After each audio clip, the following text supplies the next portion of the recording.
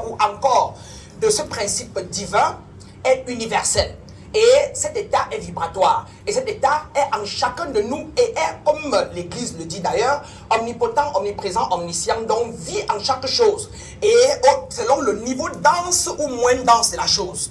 Cela dit, les religieux que je crois avoir parfois rencontrés jusqu'aujourd'hui sont certainement ceux-là qui n'ont pas pu comprendre la partie exotérique de leur propre religion.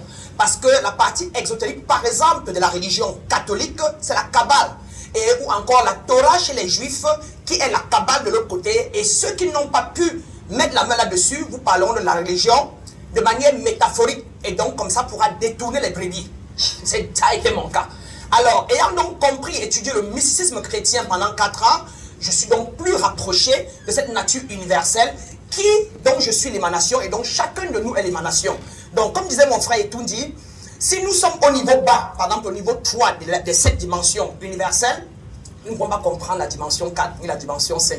Et celui qui est plus proche de la dimension 6 ou 7, comme mon grand frère Jésus, comme on dit souvent, cette conscience, alors ce qu'il dira ou expliquera, on parlera de métaphore ou de parabole, et celui qui est bas ne pourra pas le comprendre. Et ainsi, j'incarnerai Dieu différemment que celui qui est dans le bas astral ou encore dans les sphères basses. Donc pour conclure, Nathan, bien évidemment, les rituels, les cultures, etc. sont définis par des hommes. Un initié arrive dans une culture, dans une coutume, et il peut changer cette coutume, ou cette culture, ou ces rites, ou ces rituels, et mettre sur place d'autres rites.